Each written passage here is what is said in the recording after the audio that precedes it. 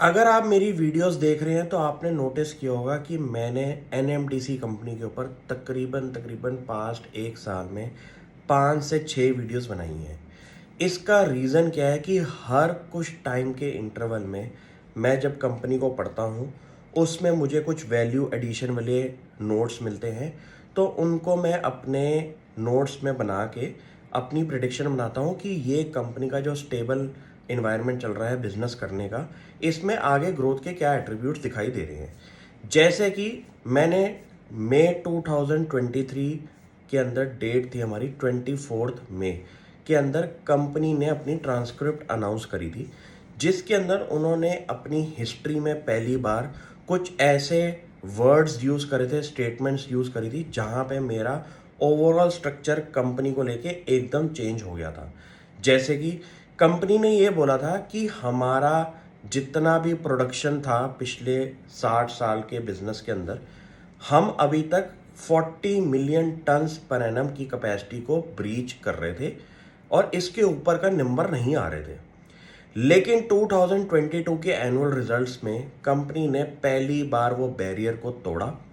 उसका रीज़न है हमारा डायरेक्शन का, जो कि गवर्नमेंट ऑफ इंडिया की अगर आप कुछ पॉलिसीज़ को पढ़ें तो वहाँ आपको एक हिसाब मिलेगा कि ये इंडिया के डोमेस्टिक इन्वायरमेंट में ऐसा क्या बिजनेस चेंज हो रहा है कि कंपनियां रैपिडली, एक तो स्टॉक प्राइस परफॉर्मेंस पॉजिटिव में दिखाई दे रही हैं, प्लस ऐसा कुछ माहौल है कि वैल्यूएशन के नाम पे भी ये कंपनीज इतनी एक्सपेंसिव नहीं दिखाई दे रही। इनका रीज़न है कि गवर्नमेंट ऑफ इंडिया की एक नेशनल स्टील पॉलिसी है, जहां पे उन्होंने ये बोला है कि इंडिया अगर इंफ्रास्ट्रक्चर में स्पेंडिंग कर रहा है तो इंडिया का स्टील प्रोडक्शन भी around 300 million turns per annum का हो जाना चाहिए 2030 के टाइम फ्रेम में। अगर आज की डेट में मैं आपसे पूछूं कि इंडिया का प्रोडक्शन टारगेट पिछले कुछ सालों में कहां तक पहुंचा है, तो वो नंबर है 100 मिलियन से लेके 120 मिलियन की प्रोडक्शन कैपेसिटी इंडिया में अभी तक इंस्टॉल्ड है। आपको ये पता चल जाएगा लिस्टेड स्पेस के अंदर काफ़ी ज़्यादा कंपनीज हैं स्टील सेक्टर के अंदर, और उनके अंदर अगर आप डेट पोजीशन आप देखते हैं तो काफ़ी ज़्यादा कंपनीज के अंदर डेट भी आपको दिखाई देता है। आपको ये पता चल गया कि गवर्नमेंट ऑफ इंडिया का विजन है कि 300 मिलियन टन्स की स्टील कैपेसिटी होनी चाहिए। उस सेक्टर को अगर आप पकड़ लें तो वहाँ पे उसके अंदर कुछ आपको लीवर्स दिखाई दे जाएंगे कि ये सेक्टर अगर ग्रो होगा, इसके साथ साथ के सप्लाई पार्ट करने वाली कंपनी जो है वो भी तो ग्रो होंगी।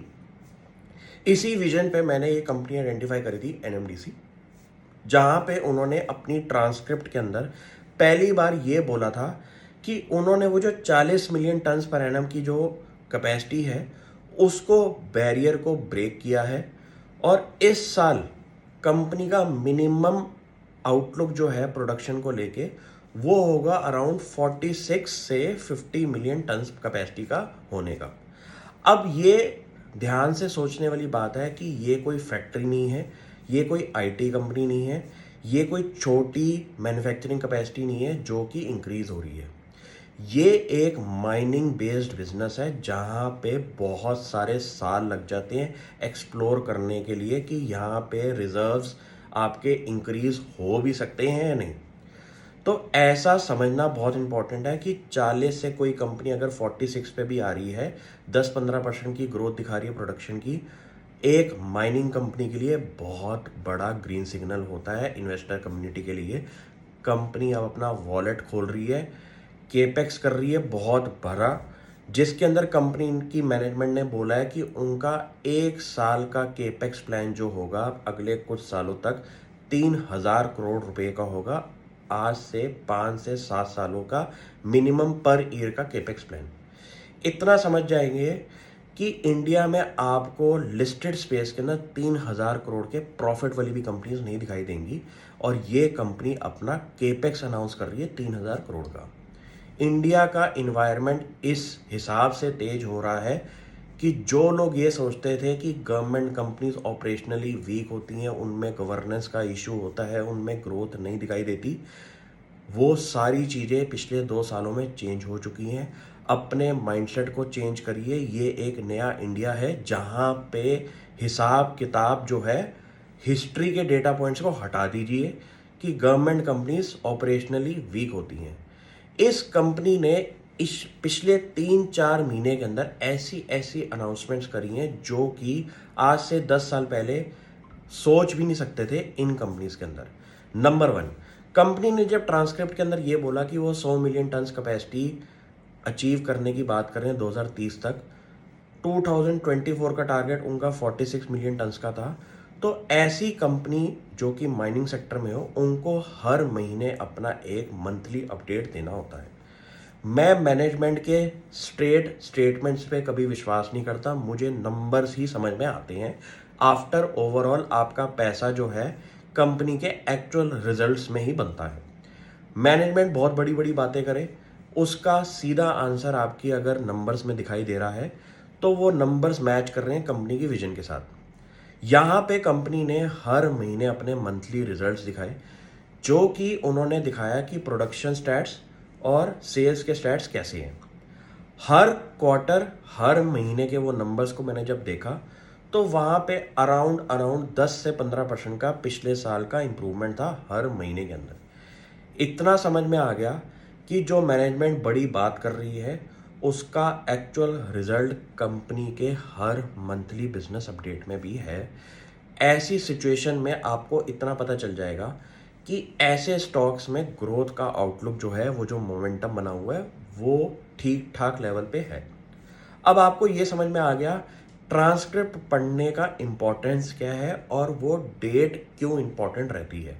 अगर आप पिछले 3 महीने का चार्ट देखेंगे एनएमडीसी कंपनी का, तो आपको एक ऐसा ग्रीन लाइट सिग्नल दिखाई देगा 25 मई 2023 को कि इस लेवल पे कंपनी हमारा 25-30% की जो रिटर्न दी है उसका बेस सिनेरियो क्या था। टेक्निकल चार्ट्स और फंडामेंटल एनालिसिस के अंदर एक बहुत बड़ा गैप रहता है कि हर बंदा ये कहता है कि हम तो फंडामेंटली ही कंपनी को आइडेंटिफाई करते हैं और टेक्निकल चार्ट्स कहते हैं कि चार्ट से ही कंपनी आगे बढ़ती है। मैं दोनों को मर्ज करके एक ऐसे मैजिकल नंबर्स पे जाता हूँ जहाँ पे मेरे को फिर पीछे बैक में देखने की टेंशन नहीं रहती कि ये स्टॉक परफॉर्म करेगा या नहीं करेगा। क्योंकि जब मैनेजमेंट ऐसी बात बोले उस डेट पे ही आपको वो चीज़ पढ़नी है। अगर आपने 1-2 दिन का भी टाइम पीरियड ले लिया उसको पढ़ने का, आइडेंटिफाई करने का, आपने वो ट्रेन जो है वो स्टेशन से जा चुकी है। हिस्ट्री मेरी यही कहती है कि जब जब मैंने उस डेट पे वो चीज़ नहीं पढ़ी, मेरा स्टॉक प्राइस परफॉर्मेंस के अंदर एक नेगेटिव जो एस्पेक्ट है वो हमेशा दिखाई देता है। कोशिश मेरी ये रहती है कि जब वो न्यूज़ आए उसको मैं अपॉर्चुनिटी की तरह लूँ और उसमें अपना एनालिसिस करूँ। इस सिचुएशन में कंपनी ने जब पहली बार ट्रांसक्रिप्ट के अंदर ये बात बोली थी, उसके बाद स्टॉक जो है सिर्फ अपसाइड पे गया है, क्योंकि हर महीने कंपनी के मंथली अपडेट्स आए और वहाँ पे कंपनी ने हर चीज़ अपना वेल फॉर्मेटेड वे के अंदर इन्वेस्टर कम्युनिटी को बताया कि हमारा हर महीने का जो प्रोडक्शन टारगेट है, सेल्स टारगेट है, लास्ट ईयर के कंपैरिजन में कितना ज़्यादा ग्रो हो रहा है। ये चीज़ें बहुत इंपॉर्टेंट है। कंपनियों को जब आप अपने बच्चों की तरह फीड करते हो, उन पे आपको रेगुलर इंटरवल्स पे टाइम स्पेंड करना होता है। आप क्या कर सकते हैं, हर क्वार्टर पे कंपनी का हिसाब चेक करें, क्या मैनेजमेंट बोल रही है, क्या नंबर्स पे रिफ्लेक्ट हो रहा है। आपको घबराने की दिक्कत नहीं रहेगी। स्टॉक मार्केट कोई ऐसा जुए का खेल नहीं है जहाँ पे आपके स्टॉक्स 50-60% टूटते हैं। सही कंपनी भी गिरेगी 15-20%, लेकिन वो अपसाइड भी उससे ज़्यादा की देगी। ये पिछले 13 साल का मेरा एक्सपीरियंस है। Thank you.